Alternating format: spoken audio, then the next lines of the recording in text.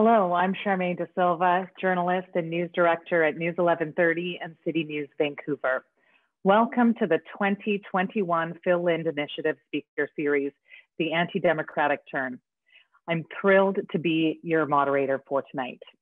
Before we begin, I would like to acknowledge that UBC is on the traditional, ancestral, and unceded lands of the Musqueam peoples, who have called this area home for thousands of years and continue to do so today. As many of you know, the Phil Lind Initiative was established because of the generosity of UBC alumnus Phil Lind, who we would like to thank for his ongoing support of this incredible initiative. The purpose of Mr. Lind's donation was to create a platform to provide opportunities for UBC students to see and hear from prominent US intellectuals on the most critical issues of our time. I also want to thank the organizers of tonight's event for all of their efforts to ensure that we can continue to host these events in the midst of a global pandemic. I am delighted that so many of you could join us for this virtual event. This is, I think it's fair to say, an incredibly timely series given recent events. So a big welcome to all of you, and we hope you're looking forward to this as much as we are. Please feel free to tweet along with the event using the hashtag Lind21. I'll be taking audience questions at the end of the event, and we'll be using Zoom's Q&A feature, which you can find at the bottom of your screen. Please feel free to submit your questions or to upvote questions you'd like to hear asked, but I'm going to ask you to please avoid making any comments using that feature. The guiding question of this speaker series is, if we accept that the previous administration is a symptom of more deeply rooted problems in American society, how do we begin to address the emerging fault lines of the democratic process? A few weeks ago, we kicked off this year's series with Michael Sandel and Charles Blow. Tonight, we will hear from Anne Applebaum with events to come featuring Timothy Snyder and Danielle Allen. So, without further delay, I am thrilled to be able to introduce Pulitzer Prize-winning historian and staff writer for The Atlantic, Anne Applebaum. She is a senior fellow at the Johns Hopkins School of Advanced International Studies at the Agora Institute, where she co-directs ARENA, a program on disinformation and 21st century propaganda. Her latest book, Twilight of Democracy, The Seductive Lure of Authoritarianism, examines the resurgence of authoritarian tendencies in democratic politics. As a columnist and editor, Anne has written countless articles and award-winning books covering everything from the collapse of communism, the history of the Gulag, to cookbooks and travelogues. It's now my pleasure to turn the mic over to Anne Applebaum. So thank you very much. It's lovely to be here virtually or spiritually or however it is that I'm here with you on Zoom. I'm sorry I'm not there tonight, and maybe in some pandemic-free future, we will be able to do something in person. Thank you to the organizers, and thank you, Charmaine, for doing this. I'm gonna speak tonight just informally, partly because I want to make sure that we answer questions, and that's the main part of the evening, and partly because I've just written a rather informal book. It's called Twilight of Democracy, which sounds very ominous, but really the origin of the book lies in a reflection that I had round about 2018, 2019. When I started thinking back initially about a party that I gave in 1999. And so the book does begin with a party, which is not because I'm a great hostess or because I'm that good at giving parties, but because a party is a metaphor for a group of friends or acquaintances in a kind of milieu. And the milieu that I was in at that time was, I mean, you could have called us anti-communists, you could have called us center-right. At that time, the party was given in a house that my husband, who is Polish, and I had bought and renovated. The renovation was not complete by that time, but there was a roof and there was a lot of empty space. There wasn't a lot of furniture. It was an old house. It was a 19th century house that we fixed up. And the party, as I said, we could have described most of the people there as center right, maybe Thatcherite. There were some British friends. maybe anti-communist, but we shared a set of values and ideas. You know, this is 10 years after the fall of communism. This is the millennium. Most of us would have been, most of the guests were Polish. Most of them would have been in favor of Poland joining the European Union, very excited about Poland joining NATO, absolutely committed to the idea of Polish democracy, to the extent that everybody thought about economics, committed to markets, and to some kind of economic system that looked like what people had in Western Europe. And that was the rough, you know, that was a kind of rough agreement among people who were there. 20 years later, when I look back on that group and I think about who came, I realize that there's a part of that party that no longer speaks to the other part. And this is not a personal quarrel. It's not just because I'm difficult and I don't speak to people anymore, or because people are, people can't get along. This was actually a political division, that there were some people who were there and kind of vaguely part of our group, or people that we knew, who have now become something very different. And they can't really describe them as center-right anymore. You have to use, expressions like nationalist or radical in order to explain what they are. And quite a few of them are journalists or spin doctors, or in one or two cases, MPs who are affiliated with the ruling party in Poland. And that party is, it's been around for a long time. I would have said 15 years ago that it too was a center-right party, but it's gone in a very different direction. And since winning an election in 2015, this is a party that has made a kind of assault on the independent judiciary in Poland, that took over state media, public media, the equivalent of your CBC, and made it into kind of party propaganda of a kind that we haven't really seen in Poland since the communist era. Very, they run smear campaigns. It's homophobic, it's anti-Semitic sometimes. It's very angry. It's very, and of course, very biased and pro the ruling party. At the same time, they've put a lot of pressure on independent media. They've sought to, they've even just recently, there's been a tax announced on advertising in private media that's designed to make the independent media go bankrupt. It's their hope to take that over, much as has been done in other authoritarian populist countries, Hungary, Turkey, places like that. And many people who I know, some of them work for state media, some of them are crafting the policies for this government. Some of them are part of their assault on the European Union, on the liberal order, even now increasingly beginning to be against the United States. They were very fond of the Trump administration. They're now very worried about the Biden administration. And that's because they have reason to be. I mean, they are deliberately taking a country that was really the great success story of 1989, the great success story of of the collapse of communism, and they're driving it in a completely different direction. They're making it much more difficult for opposition to win elections. They're beginning to put even so judicial pressure, legal pressure on their political opponents. There have been some strange arrests, and they're heading in a very different way. And the question is, why did this happen? Why were people who were once on the same side, why did they split? What was the explanation? As I started to think about that story, and people who I know, I realized that you can tell a very similar story about the center-right in other countries. There is a similar story you can tell about the Republican Party in the United States, which also has split and is now very publicly, the two sides are at war with one another.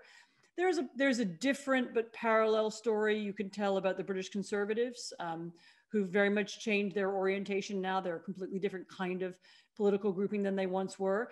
And you can look at political groups actually all across Europe, and around the democratic world, and you can find a similar phenomenon, whether in France or whether in Spain, which I also write about a little bit, or whether Italy.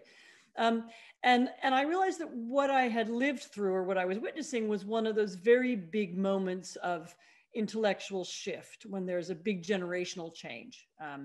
And rules that were accepted and considered, sacrosanct, the idea of, you know, that a free press is sacrosanct, that an independent judiciary is something that we all agree is necessary, that economic integration and political integration of Poland or of the United States with the rest of the world is necessary and good. All these things are now being questioned, and some of them are being questioned by people I know.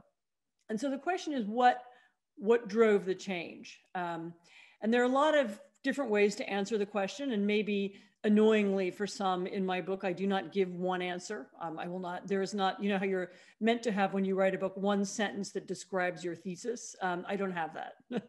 I give you several different people and their careers and several different kinds of explanations. Some of them I think are, you know, there's one category of explanations that has to do with deep, what I can only describe as disappointment, that the nature of political and social and demographic change that took place in the 90s and 2000s, for some people, made them feel alienated from the countries that they lived in. So this isn't the kind of country I grew up in. You know, I didn't grow up in a country that was mixed race or had all these different kinds of people in it. I grew up in a different sort of country, or a different kind of place. Or, you know, or some who haven't accepted the widespread acceptance of gay marriage. That's not something that they can accept or they feel comfortable with. Changes in the treatment of women, in the status of women in society, also that happened too quickly for some people. In some cases, it's not social or demographic. In some cases, it's what globalism and or globalization rather, what globalization and economic integration made them feel that their countries were losing something unique. You know, that the England that I knew is now is now so integrated, and you can't tell the difference between my England and Europe.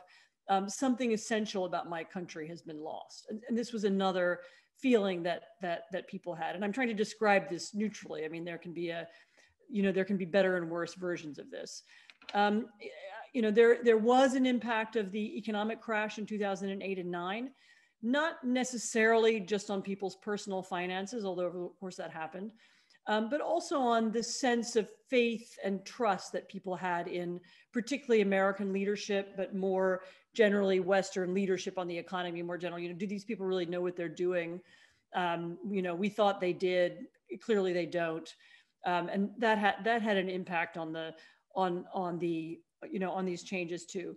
And before I go into some of the worst versions of this, one thing that's important to remember is that we have just lived through a period of extraordinary economic and political change. And we are still living through this amazing moment of informational change when almost everything that we know now comes to us in a different form and in a different way than it used to.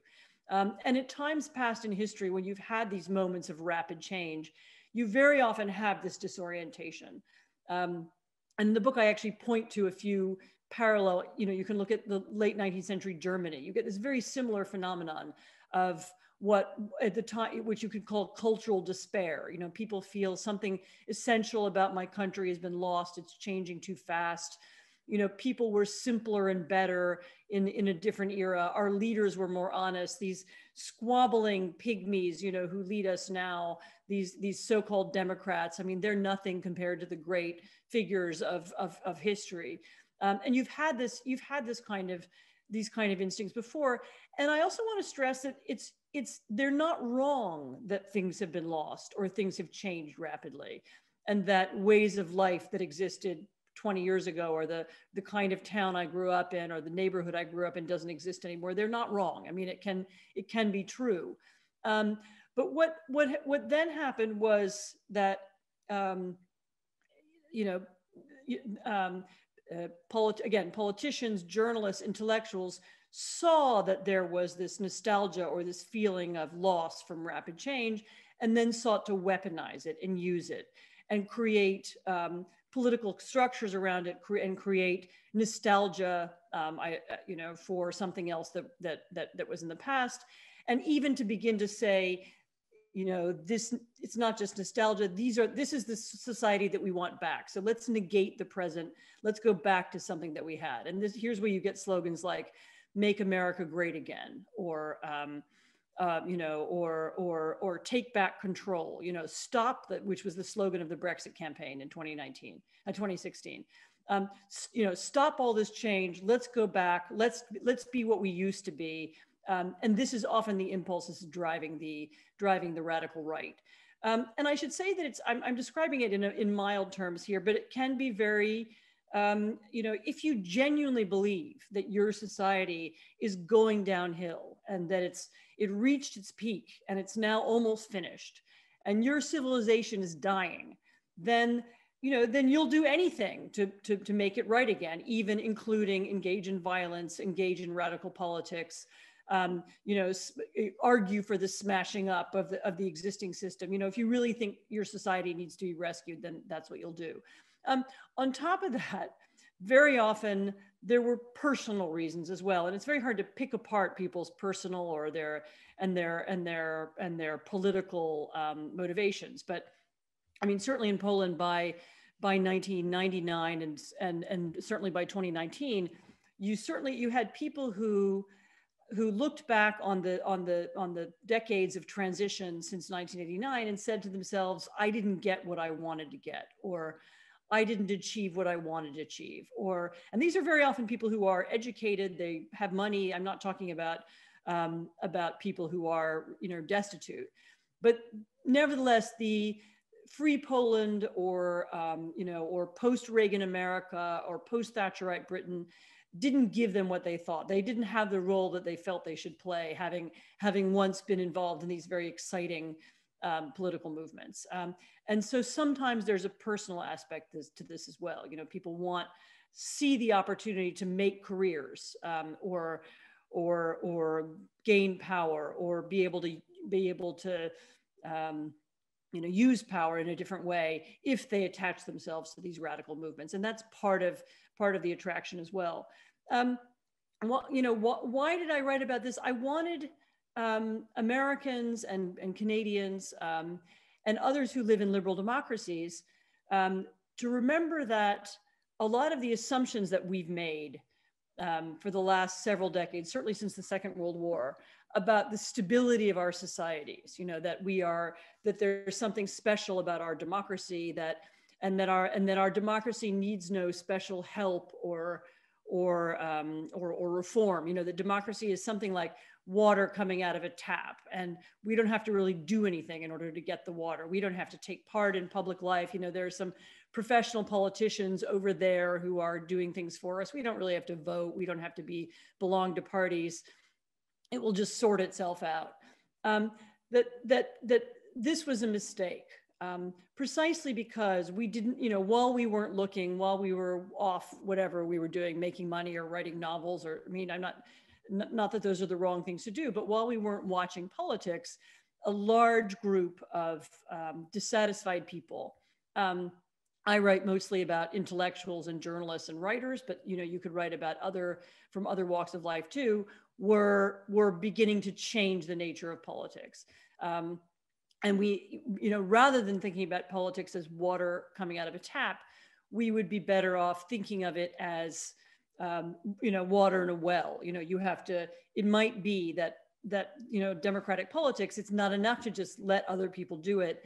It might be that if we care about it and we want to make it work, and we don't want, you know, people who use very, you know, easy slogans to win elections, and we don't want, you know, to let opportunities slide. We might have to treat water like it's from a well. We have to go and get it, fetch it, bring it back, boil it. We might have to join political movements. We might have to be part of local politics in our, you know, in our city or our region. We might have to interest ourselves or contribute to politics in different ways. And, you know, and it was by writing about people who had been activated and motivated by, you know, by these, you know, these radically nostalgic movements, that I hope readers will be inspired to think about what is, you know, what's good about our societies, what needs to be preserved, and how we can preserve it. anyway, those are the main themes of the book. I also, I look back onto, as I said, other eras when you can get similar patterns. There's a wonderful description, the novelist Marcel Proust, in his very, very long multi-volume novel, Remembrance of Things Past, also talks about how the politics of friendship changes has changed over the course of his lifetime. I mean, this is the narrator, not Proust himself. And he writes about how, there's a whole section of one of his novels about the Dreyfus trial in France. This was a great scandal around a Jewish French army officer who was condemned as a traitor, and falsely, as it turned out, and society absolutely split and divided over whether he was a traitor or not, polarizing in many of the same ways that we feel, America feels polarized now, or Poland feels polarized. And Proust writes about this, how this affected social life in the salons of Paris, and hostesses didn't speak to one another. And then the narrator, he's ill, and he leaves the city for a number of years and convalesces. He returns back, and he finds that all of Paris has reconfigured itself. And now they're talking about World War I. The issues are different. The battle lines are going a different place. Different people are at different parties, and you see them in different configurations. So I wanted people to understand that these kinds of changes are normal. There's a circularity to political life that I think we forgot about. I mean, in the complacency that we attained after, the great success actually of the post-war years of the democratic bloc, and then the kind of crowning moment of success, which was the collapse of the communist bloc, and the accession of so many democracies into the democratic camp. I think we began to think of democracy or politics as a kind of linear, it's always a straight line upwards. We don't have to do that much. It'll just keep getting better and better. And we're on a sort of autopilot. And actually history doesn't work like that. History is often circular. Old ideas come back.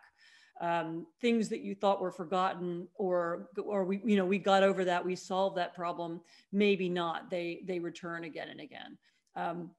And it's my hope that those who read the book will be inspired by that, not to despair and say, our democracy's finished or our civilization is over, but to ask themselves what we can do to make sure that this, radical reactionary way of seeing the world doesn't win. And I'll stop there. Well, it's more clear than ever, and I think about the relevance of your book, given what we're experiencing, what we've seen, and most definitely the events over the past several months in the United States. I know, you're originally from Washington, D.C., and I wanted to ask you, I think many of us watched the events that unfolded in the Capitol, on the Capitol on January 6th. And while shocking and upsetting, not entirely surprising that they happened that way. What was running through your mind as you were watching the events unfold and the aftermath and what we've seen since? So in a way, you're right. I mean, the events in the Capitol, I mean, they were shocking, but not surprising. In other words, no, I didn't predict that things would unfold in exactly that way, but I wasn't entirely surprised that they did. I mean, think about what it was that we saw at the Capitol, because you can analyze it the wrong way. That wasn't what we saw there that night. Wasn't polarization. That wasn't the division between right and left in America. The people who were at the Capitol were not there. They weren't Republicans fighting Democrats. They were there to fight Congress itself. They were trying to prevent Congress from recognizing the next president. They were trying to prevent, they were trying to prevent the vice president from certifying the results of the election.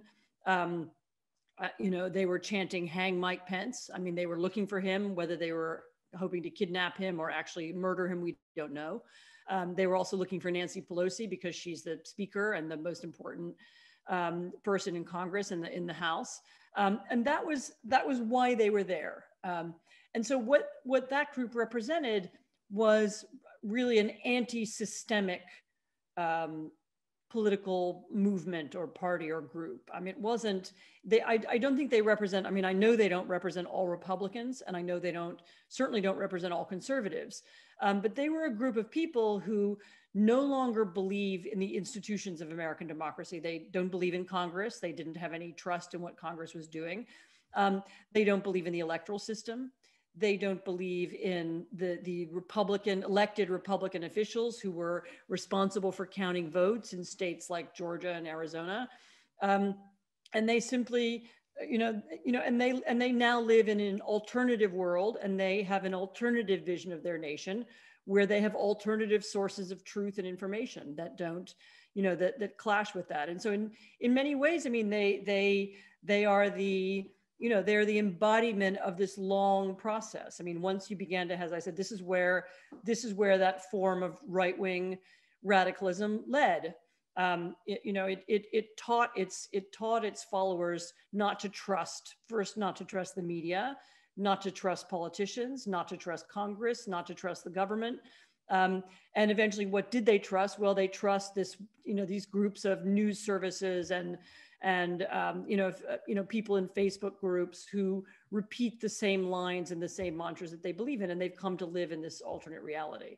And really the task facing America now is, it's more than a normal political task. I mean, it's about reintegrating a part of the society that has rejected the system, has rejected the norms.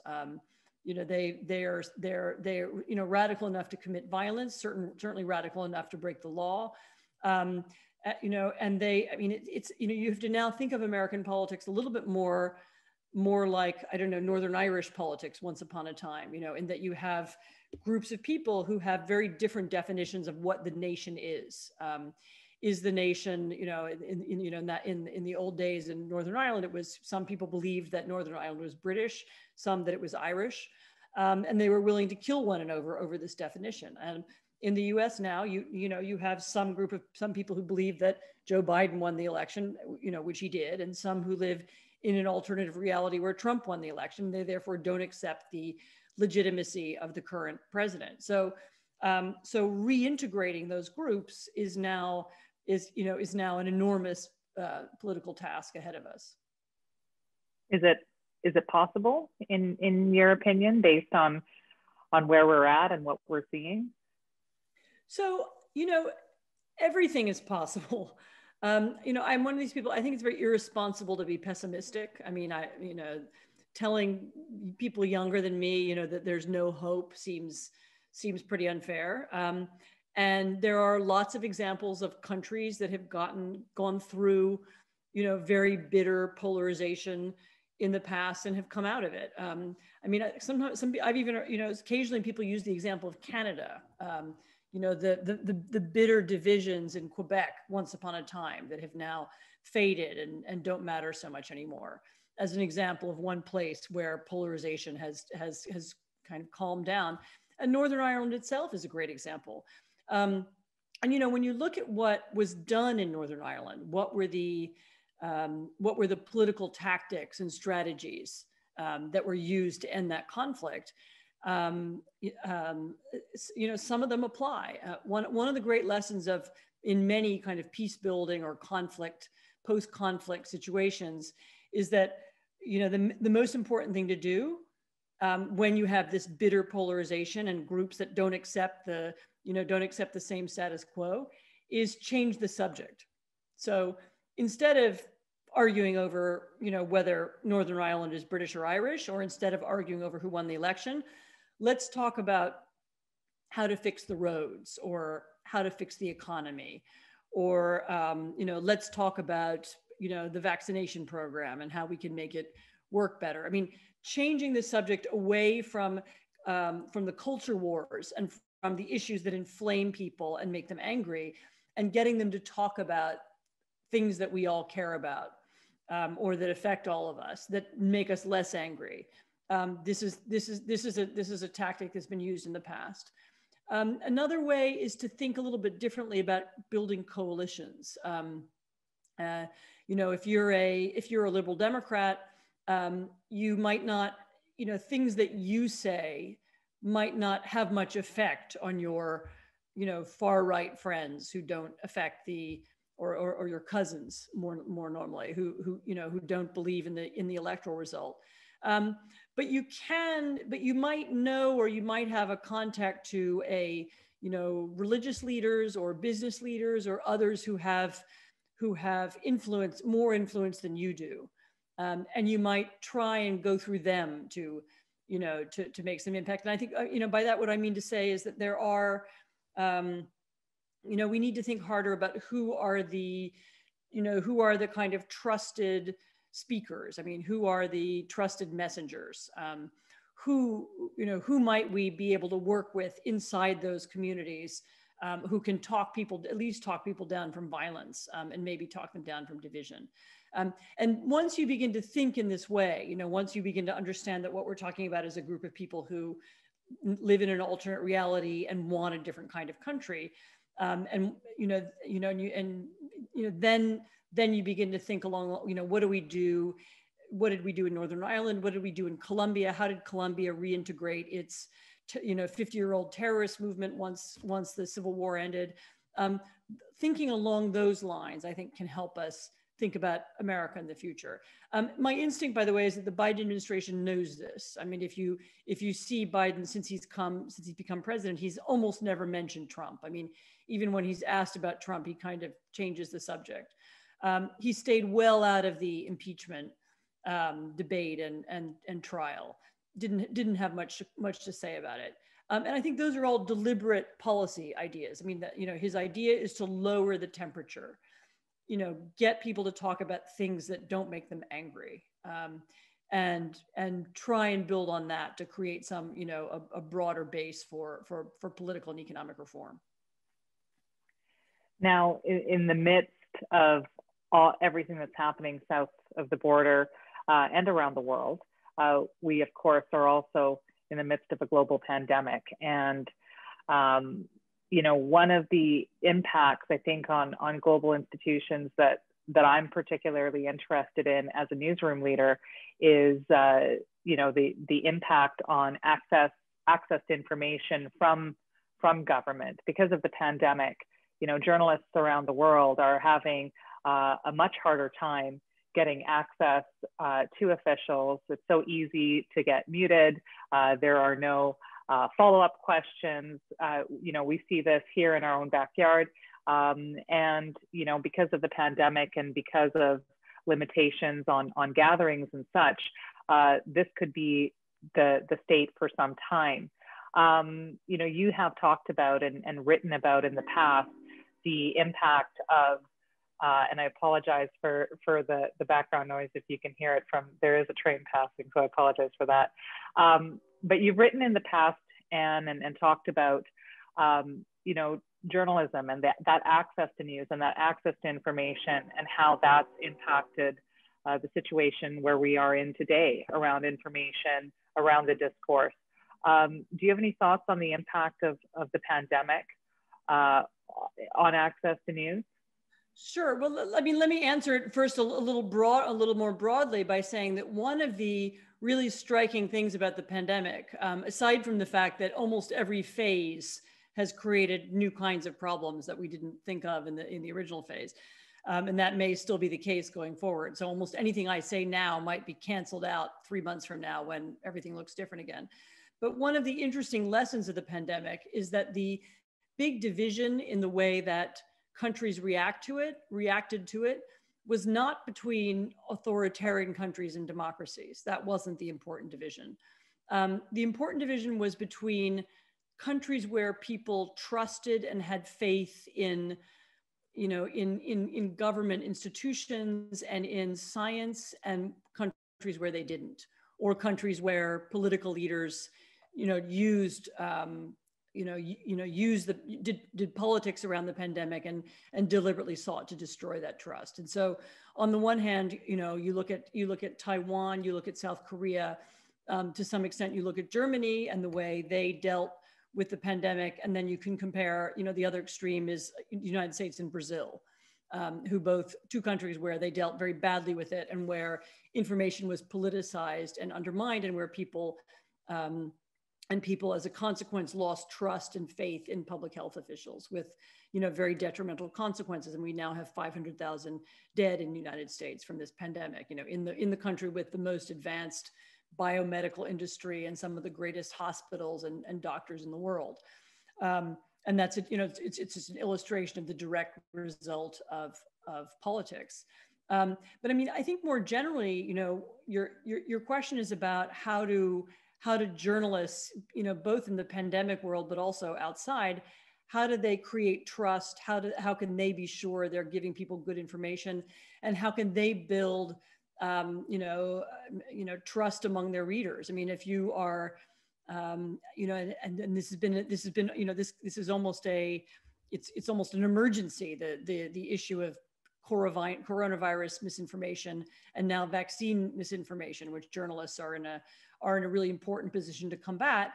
And they haven't always had the backing from the government, or they haven't always had backing from their newspapers, or they haven't always had the financial foundation to push back. And I do hope that one of the lessons of the pandemic is that people begin to understand how important, it's not just about the existence of good information, but building circles of trust around information.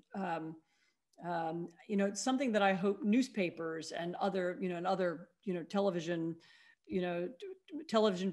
programs and others will think harder in future about how to build trust between themselves and their audiences. I mean, what are the tactics? What are the techniques? How can we as journalists avoid polarizing issues that are focusing on the polarizing issues that make people hate one another, and how can we be, how can we tell the news, how can we tell the stories that will bring people together and at least create civic conversation? I mean, I think that's the lesson. But I mean, there's no question that this has been a terrible moment for journalism. It's been a terrible moment for public health. It's been a terrible moment for government officials. It's been a terrible moment really for anybody who needs to be trusted in order to do their job. And speaking of that, the terrible moment for journalism, I think, I've heard you speak about, the loss of local and regional news outlets over the past number of years, and the impact that that's had on our discourse and that information. And we know that this pandemic, from an economic perspective, has been very devastating to media. What is the risk with that? Why regional news is so important and local news, because it touches things that people can see. And so, they're writing about, the local bridge has broken, or we have potholes in our roads, or, this is happening in our city, in our town hall. And issues that people can see and discuss are much less polarizing than these big national issues of identity and, and as I said, culture. I mean, when you're asking people, am I this kind of person? Am I do I identify with the Republican brand? Is that my identity? And therefore I direct all of my animosity against people whom I perceive to be left-wing or Democrats or Marxists, or vice versa. When you're in that realm of conversation, you don't have good conversation. However, when you're all talking about, the park around the corner and how, we need it to be better taken care of and someone to mow the grass every week, then that's something that doesn't polarize people, and it doesn't have people falling back on these big questions of identity and culture. And the value and advantage of local news and locally based news organizations, and actually, by the way, this is true of universities too, which I think can play a big role in the kind of information ecosystem too, is that they have local connections, they have, they're part of the community, they can build trust. I mean, for example, around the question of should you get a vaccine or not, in a way that some politician in Ottawa or Washington can't. And so, yes, I think the importance of local journalism and news, local sources of information, universities, libraries, all of these things, we're making sure that all these institutions and organizations are playing a role in the information ecosystem, I think is really important. And we have a number of questions that are coming in on our Q&A feature. So I'll remind everyone that if you do have a question, you can go ahead and ask it in the Q&A section at the bottom of your screen, or you can check out some of the questions that have already been asked and you can upvote them. So, and I'm going to start with a question from Michael, and he writes, you describe the people who you no longer talk who attended your party as people who have changed in the intervening years. Would these people say that you and your allies have also changed in the intervening years? Have both sides shifted in their thinking, or has only one side moved to a more authoritarian place while the other has remained true to its original ideas? So if you ask me that, I feel that I have exactly the same opinions about everything that I always had. I mean, I'm joking a little bit, but not entirely. Probably if you ask them, they would disagree. They would say, I've shifted, I've become more, more pro, I don't know, more in favor of global integration, even though it would be my view that I always was that. Or they would say that I haven't acknowledged the many damaging things that have happened sufficiently enough. And I mean, I do think that actually what's happened, it's a little bit like, in Proust's novel, everybody was talking about the Dreyfus trial, and then 10 years later, everybody was talking about World War I, and that meant that the issues and alliances were different. I think it's more the case that that's what's happened, that what we're talking about is different now. What was the center right in the 1980s and 1990s? I mean, and I speak from my experience, this is not maybe the exact Canadian experience, but certainly American or Polish or British. The center right was a coalition. The anti-communists, let's talk about the Cold War coalitions. Anti-communists were anti-communists for different reasons. Some of them were because they were in it because they believed in human rights and democracy. Okay, some of them were in it because they were religious and they believed that communism was atheist and therefore it had to be fought and pushed back against. Some of them were people who were who were worried about nuclear weapons and were interested in grand strategy and America's place in the world, and that was why they were part of the anti-communist coalition. When communism disappeared, and this is just an example of one way in which things have changed, those people in that broad coalition, many of them suddenly found they didn't have that much in common anymore. That actually, some went on to, because religion was at the center of who they were and what they thought should be at the center of politics, they went off in one direction. Others, because they thought that the promotion of democracy or human rights was at the center of who they were, they went off in a very different direction. And I would say it's more that something like that has happened. I mean, somebody asked me recently, there was one particular person who I describe in my book who was at this New Year's Eve party in 1999 and who is now a famous anti-Semite. I mean, that's actually what he's known for. He writes anti-Semitic screeds. He's been on television making anti-Semitic statements. I mean, this is sort of his trademark. And somebody said to me, well, how could you be friends with him or invite him to your party if he was an anti-Semite? And the answer was, I didn't know, or he didn't voice those views at that time. And whatever it was that changed in politics meant that he, and I should say, maybe he did feel the same way the whole time, but his, the political situation changed, made him comfortable with or saw the advantage of speaking that way. And so in that sense, he became different, but that's, maybe that is a reflection of who he always was. I mean, you could say the same about me, that there are things that I talk and speak and write about now that I didn't talk and speak and write about 30 years ago because they didn't seem as important or as central. So I don't know that it's so much that any of us have changed. It's that the circumstances have changed and what we think is important has changed along with it. Now, Milland asks, or writes, it seems that intellectuals in the Anglo-American world have difficulty seeing beyond Europe and North America. there has been a lot more written about, for example, Hungary's turn to the right than the takeover of India by a right-wing Hindu nationalist and authoritarian government. India is more than 100 times bigger than Hungary. For decades, it was a shining example of how poor post-colonial countries can also be functional democracy, warts and all. Why do you think this sort of parochialism persists? And what might be done to start global conversation on this topic and not just a Eurocentric one? So there is a global conversation on this topic. You know, my book and what I wrote about was about people I know. And therefore it was in that sense, a parochial book. But that was deliberate. I wrote it that way because I recognized that I had lived through this kind of intellectual shift, and I had lived through it as a kind of participant, you know, that I was a character in the story, and that therefore it wasn't a story I could write about as a objective observer, you know. And so I thought, all right, I'm going to write about it from the perspective that I know, and I'm going to write about people that I know. And so I wrote about the countries that I've lived in and I know the best. But you are absolutely right.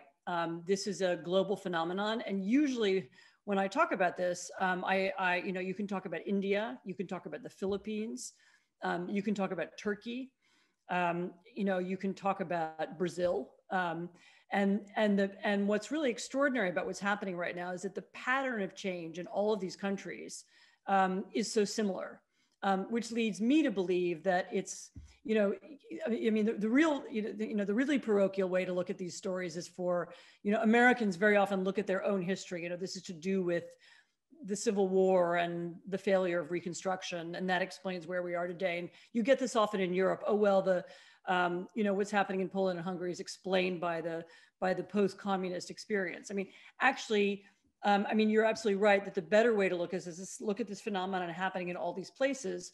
You know, what is it? You know, and of course there are regional differences and nuances and so on.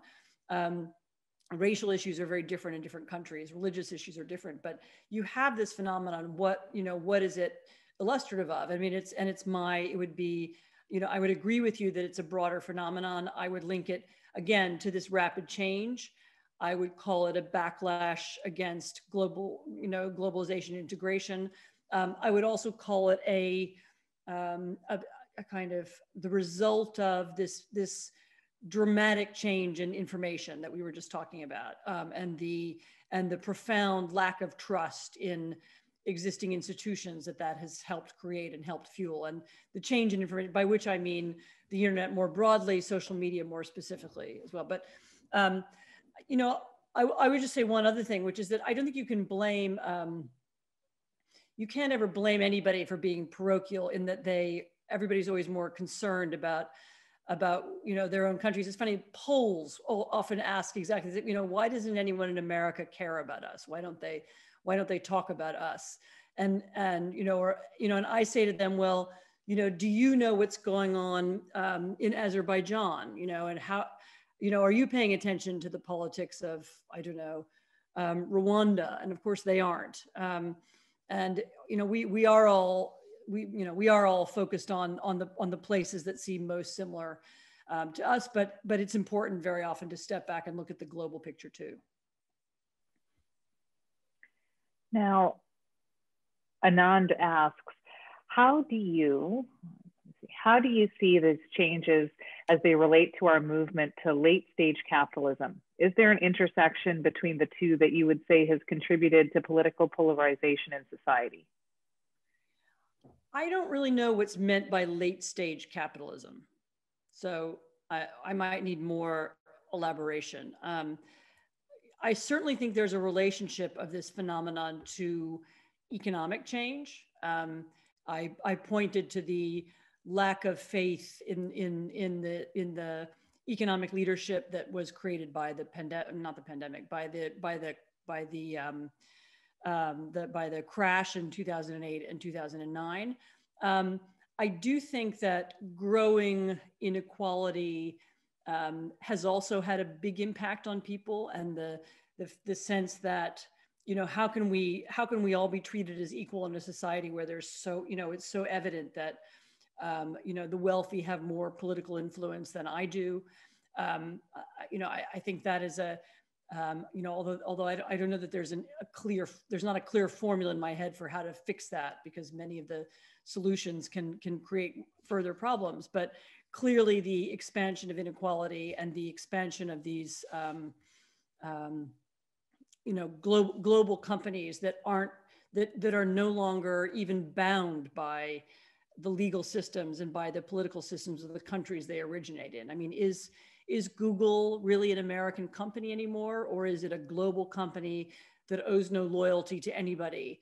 You know, I mean, the problem of kleptocracy and money laundering, which is endemic in all of our countries and has, I think, also a much bigger impact on politics than we usually see, is also evidence that, you know, so much of what used to be under the control of national governments is now out of their control. And I think in that sense, this sense of, in particular, the sense of insecurity that, you know, my government doesn't control anything anymore. A decision can be made in Beijing that means that my factory closes here in Vancouver. You know, I think those kinds of, you know, that's contributed to the, you know, to the sense of insecurity and the feeling that government is weak and it needs some radical change. I don't know if that's the answer that you wanted. That's the answer they're going to get, isn't it? And you know, you've talked. You were talking about this earlier, but this question is quite popular when speaking specifically about American democracy. How vulnerable is it if Trump or a follower of Trump is elected as president in 2024? How strong are the institutions protecting democracy? I mean, there isn't really a, I can't really give you a clear answer to that. It would depend who who is elected. And I mean, funny enough, I think if Trump were reelected, I would, you know, I mean, one of Trump's signature qualities was his incompetence. He was not I mean, even though I think he probably wanted to be more autocratic than he was able to be, he was not good at governing. Nor was he able to appoint people who were good at governing. And he just was, he was incapable of gathering around him an efficient team. If you had a different kind of person with those kinds of goals, who got to the White House and said, right, my goal is to make sure that I never lose another election. In other words, if you had someone who did what Viktor Orban has done in Hungary, or Modi in India, or you know, or Putin in Russia 20 years ago, who said, right, I'm going to, you know, while I'm in office here, I'm going to fix the rules and change the system so that I can't lose again. You know, then you would have, you know, then you might have a, you know, then we would see whether the institutions could stand up. I mean, you know, if you were able to change voting laws, if you were able to change, you know, undermine the stability of the media. I mean, the US does have some built-in advantages that some particularly smaller countries don't have. One of them is that we're a federal system. And so things that happen in Washington don't necessarily penetrate down to California or Texas or Iowa. And power is actually very decentralized. I mean, just the simple fact that, you know, in a smaller European country, for example, the government would control the police, or would have, you know, control. There would be something like a, you know, national police system. We don't have that in the United States. I mean, that was one of the reasons why last summer, that's the scene of those strange federal troops fighting in Portland, Oregon, was so odd, because we don't have federal troops, you know, we don't who are dispatched to deal with domestic political situations. I mean, we have some who are on the borders who do various kinds of jobs, but not that. And so that's one of the things that would protect democracy in America. I mean, another thing that is, you know, that makes a big difference is that we have the separation of powers. We also have, I mean, funny enough, a very strong court system, as the events of the last 3 months have illustrated. One of the tactics that, I mean, by the way, one of the tactics that was planned well in advance, that Trump was hoping to use to undermine the election, was this kind of lawfare, using this series of lawsuits against election officials.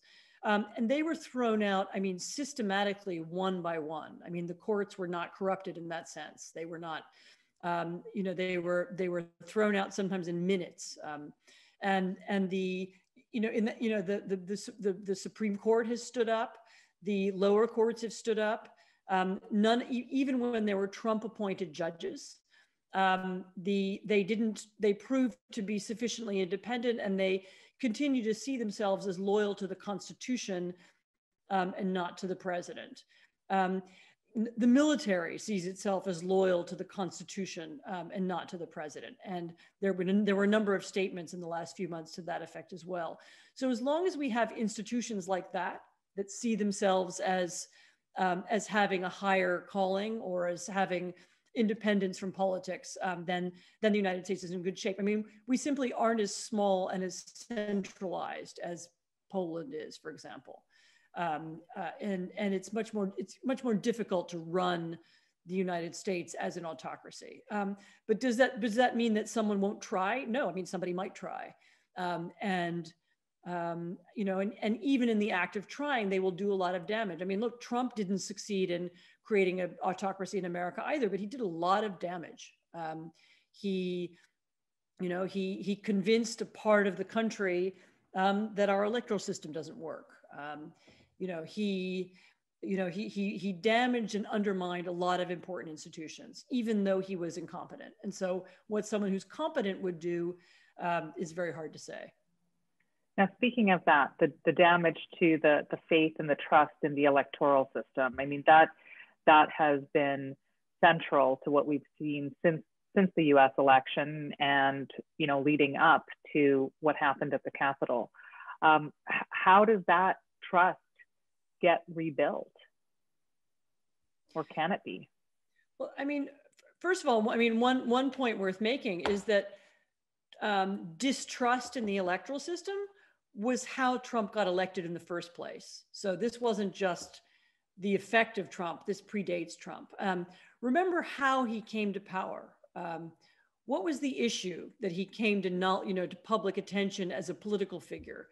What was it? It was birtherism. So this was the conspiracy theory that Barack Obama was born in Kenya, and therefore he was an illegitimate president, and therefore he had no right to be the president. And this, and if you think about what that means, if that were true and that Barack Obama were an illegitimate president, that would mean that a lot of people, Congress and the White House and the courts and lots of institutions of American life were lying. They were supporting this illegitimate president. And that Trump got so much traction making this argument about the illegitimacy of Obama. And then remember that even after he won the election, he went on denigrating the electoral system. He went on, he refused ever to accept that he'd lost the popular vote, for example. He kept overstating what his vote had been. He went on, and he never, even in advance of 2016, of the 2020 election, he never said he would accept the result. He always essentially said, if I didn't win, then it's fake. So all of that cumulatively created this distrust going back over many years and predating Trump together. So this is a long-term problem, not a short-term one. None of the answers are simple or easy. Some of them are the ones I've given already. How do you lower the tone of US politics? How do you get people involved in civic conversation or civil conversation so that they aren't yelling at each other? And part of doing that will be part of bringing people who live in this alternative reality where they are easily manipulated, part of bringing them into a different kind of conversation so that they can hear different kinds of information. It's the same tactic. You find trusted messengers, you find ways to change the subject. You think about how to, what are the messages that Biden can give to the polarized or alienated part of the country that will make them feel comfortable with his presidency? And actually, when I've spoken about this before, written about it, sometimes I know this kind of language can annoy people. I've had people say, well, how come they don't have to get used to living in our country? Or how come, why don't why doesn't Fox News send reporters to Brooklyn and ask yoga teachers, why did they vote for Joe Biden? What is this attraction to Biden? Why don't they interview Black women in Georgia and ask them, why they voted for Democratic senators? It feels often like a one-way project. Nevertheless, if we're going to avoid violence, and we're going to tone down political debate, and we're going to keep people inside some kind of democratic consensus, it is going to be necessary for democratic leaders, at all levels, actually, to find ways to reach that group of people, to involve them in conversations, to get them talking about something that's real, and so that it's not so that they hear something other than the culture war on Fox News and Newsmax.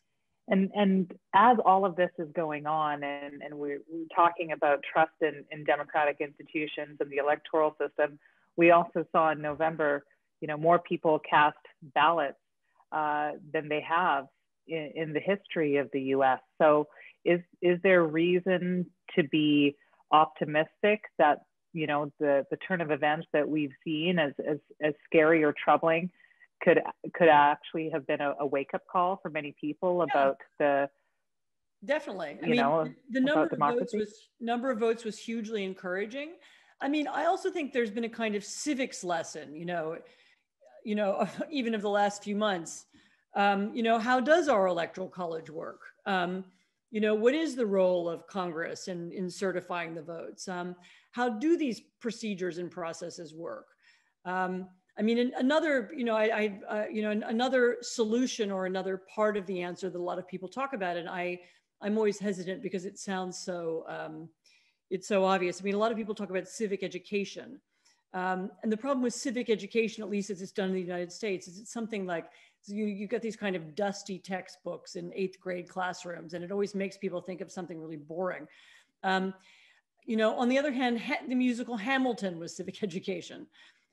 If there can be more creative ways to remind people how the system works, I can think of internet campaigns or viral media messaging. I'm actually part of a group that is trying to do that. Are there ways in which we can remind people what our common heritage is? And this is also a problem in there's part of the left in the United States, and we haven't really talked about this yet, that also increasingly feels alienated from mainstream America. How do we make sure that all of us, at least some of the time, are talking on the same page or operating, have at least the same basis for conversation? So those kinds of solutions, I think, have to be part of the answer too. Now, since you opened the door, speaking of the left and those on the left that feel alienated or ignored or not heard, are some of the things that you talked about that have led to this rise in authoritarianism, or the risk of, for example, violence if not realized? Are those risks there for that group on the left as well? Of course. One of the people who I describe, whose ideas I describe in the book, she's a kind of behavioral psychologist, behavioral economist, I think, called Karen Stenner, who's written very interestingly about what she calls an authoritarian predisposition. Which is something different from an authoritarian personality. That there are people who, in times of rapid change, in moments when there's a lot of cacophony and noise and political confusion, begin to look for very simple answers, simple solutions, sometimes for violent solutions. And this is this way of thinking, this desire to kind of end this conflict and make everyone be quiet, or find violent answers to problems, is something you can find on the right and the left. And of course, I've written 3 long history books about Soviet communism. And so I'm well aware that there are forms of left-wing authoritarianism as well. And you could absolutely, I mean, one of the things that I was worried about had Trump won the election is that I was worried that there would be, in addition to that problem, there would be people on the left in the United States who felt so alienated from politics, that their votes didn't matter, that they were, that the kind of person in the White House was so alien to them that they might have ended up in groups that rejected the system or in carrying out violent actions too. So that's a future that didn't happen, but I did at one point worry about it last fall.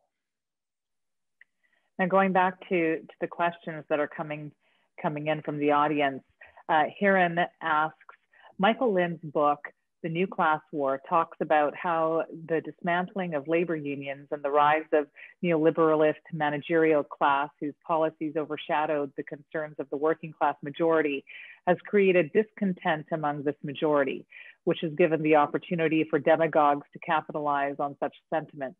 Based on what you've said, you seem to take the opposite approach, that the dissatisfaction of people primarily has created this change. How do you envision a political system that accounts for the major concerns of the working class? So there's a couple of different questions in there. I would caution everybody to remember that the stereotype we have of Trump voters, that they represent the poor and the working class, is not proven statistically. In other words, the very poorest Americans voted for Joe Biden. And the same is actually true, for example, in Poland, where the people whom I write about in my book, many of the supporters of the far right ruling party are not the poorest people in the country. They are very often middle class. And in Poland, you have the special case where not only are they middle class, they're people who have achieved quite a lot in the last several decades. And they're much better off than their parents, which is, you can argue about whether that's the case in the US. Same phenomenon in Britain, where wrongly, many analysts initially, after the Brexit referendum took place, many analysts said, well, this is the revolt of the working class against the managerial class or against the rich or whatever. That's also not true. Quite a lot of the Brexiteers, many of their leaders, certainly the funders, many of the funders were among the wealthiest people in the country, and many of the voters were also middle class or upper middle class people from the wealthiest parts of the country. So be careful with that, with the kind of Marxist classification of who's a worker and who's in which class, and that is an absolute determination of how they vote. I want to be nuanced. I don't want to say that those things don't matter. That the nature of the economy isn't part of the story. I mean, I alluded to that before. But a lot of what we're talking about is really is cultural rather than economic. It's people who resent changes in hierarchies, people who resented the fact that we had a Black president in the United States. Somehow that upset the traditional hierarchy, or people who didn't like women in high positions of power. People who felt, for a variety of reasons, some rightly, some wrongly, that they or people like them weren't given the same respect that they once had, or they didn't have the same status that they once had. So that's a big part of the story. And not all of those people are working class people. And so a kind of schematic class analysis of what's happened, I think, misses a lot of nuance, which again, isn't to say that economics aren't important. They are, but it's not I don't find it more and more, I think that, I mean, this is, by the way, as true of the right as is of the left. More and more, I tend to think that, all of us like economic descriptions of problems because they imply that there's an economic solution. And an economic solution is one, all right, okay, we can have higher taxes. I mean, then we have an easy policy, or a prescription, there's something we can do and this will fix it. And if we readjust this, it appeals to the to the economist or the technocrat, you know, the inner technocrat of all of us. But not all problems have economic solutions, or not ones that are easy, or not ones that don't have trade-offs. And I think the problem of the growing discontent with democracy and with the political system more generally has a lot of sources that aren't only economic. Now, when you were describing that stereotype of the Trump supporter, and actually, you know, what the reality is when you look at some of the voting stats, one of the realities too is that there are elites on both sides, with huge interests in how all of this plays out. Can you talk a little bit about the elites on the side that are pushing for authoritarianism, particularly from a U.S. perspective, and Trump?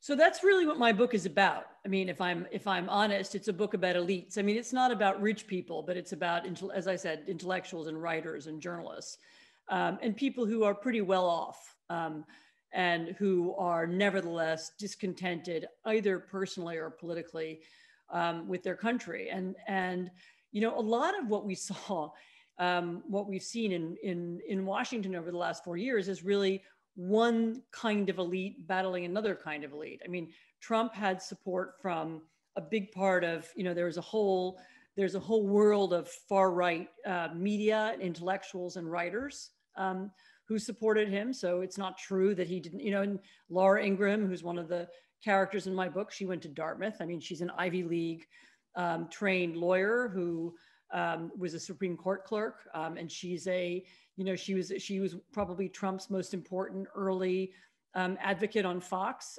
So she is a, you know, by any measure, actually, what is she? She's an elite East Coast intellectual, and yet she was pro-Trump.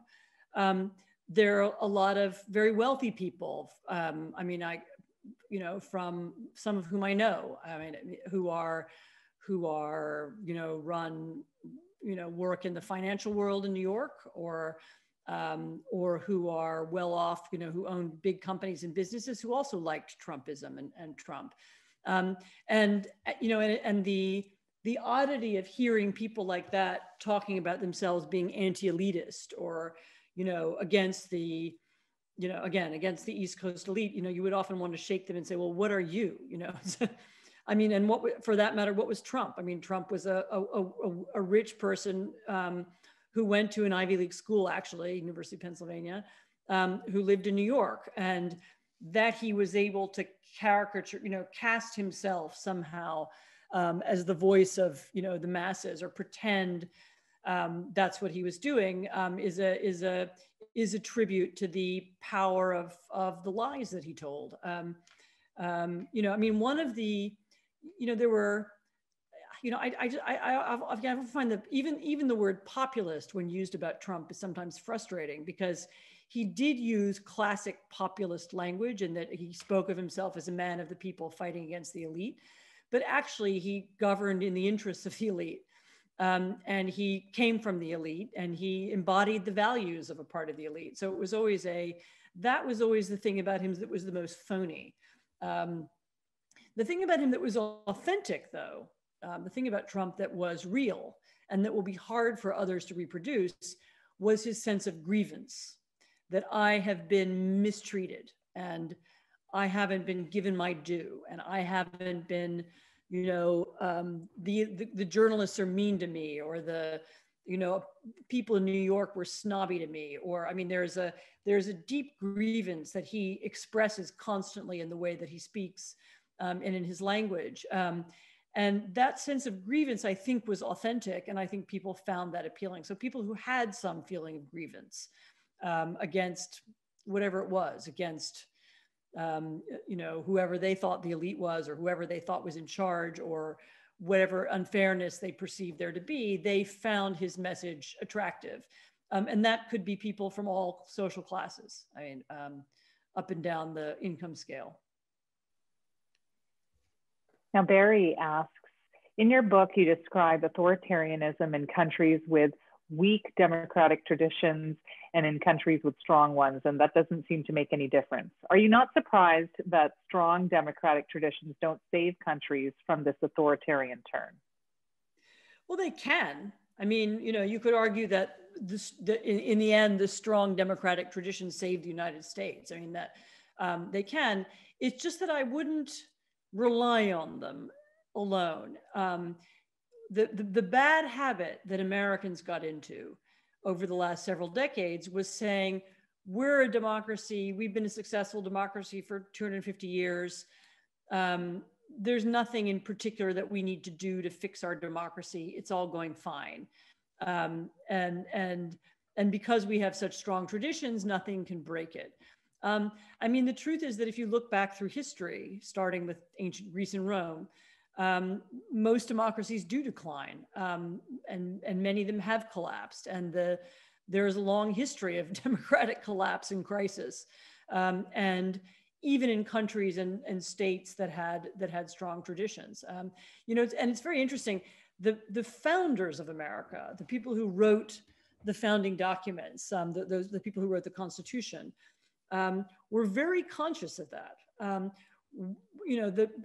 All of them at the time of the revolution and in the years afterwards, all of them were reading Cato and Cicero. They talked frequently about the Roman Republic and how the Roman Republic had declined.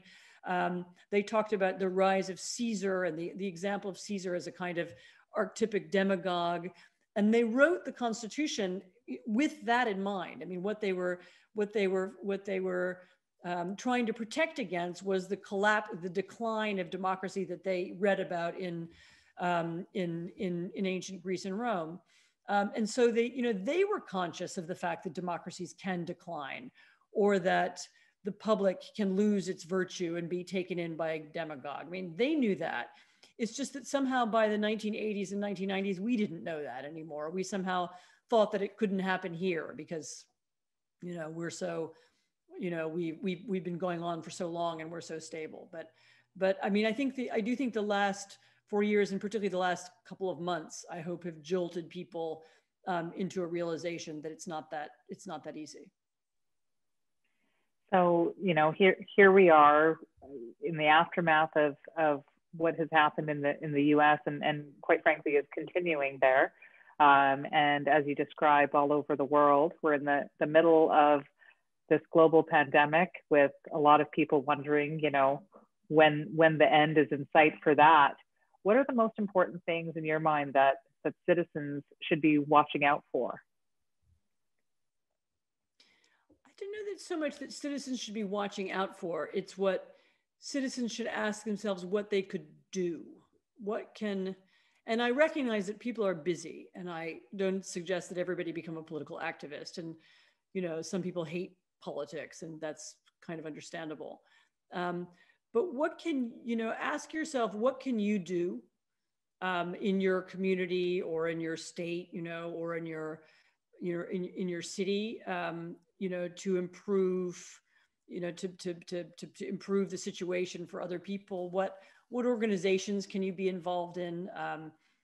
If your thing is the arts, then maybe you should head in that direction. If there are other big national organizations you feel comfortable joining and supporting. I mean, ask yourself what you can do to make sure that the democratic institutions around you are holding up. I mean, there are a lot of really good, interesting groups and organizations that have been created in the last few years. There's a group called Protect Democracy in the United States, which funds lawsuits that defend the right to vote, for example. But there are you can volunteer to help out on voting day. You can be involved in a community organization that takes care of, I don't know, I mean, now I'm making it up. I mean, cleans up the local park. I mean, whatever it is that you can do to be involved in your community and be part of it. I think that's the best way to contribute to democracy. And then the second thing to do is to listen to politicians on the left and on the right, and watch out for the ones who use as their main tactic the increase of your distrust. You know, the people who say, you know, listen to me because everyone else is wrong, or you know, don't have any faith in the institutions of your country, they're all fake. All these democratic political parties and these politicians, they're just yelling at each other, they're getting nothing done. It's all a waste of time. Let's have an easy and radical alternative.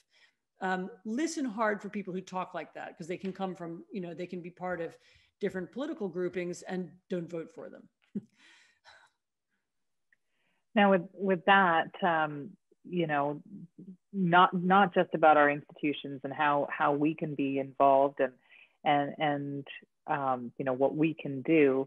The reality is this pandemic has changed the way that we are, and there's a lot of conversation about whether certain things will go back to the way that they were pre-pandemic.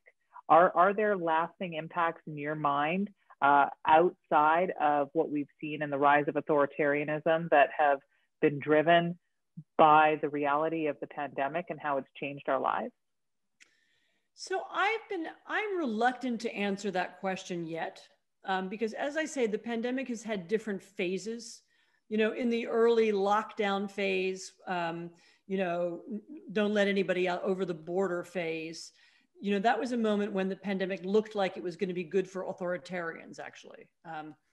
Later on, as it became clear that getting through the pandemic, you know, more or less in a civilized way was, you know, required some level of public trust and decent bureaucrats and good public health messaging, then suddenly it looked like the pandemic was going to be bad for authoritarians, or at least bad for authoritarian populists like Bolsonaro and Trump.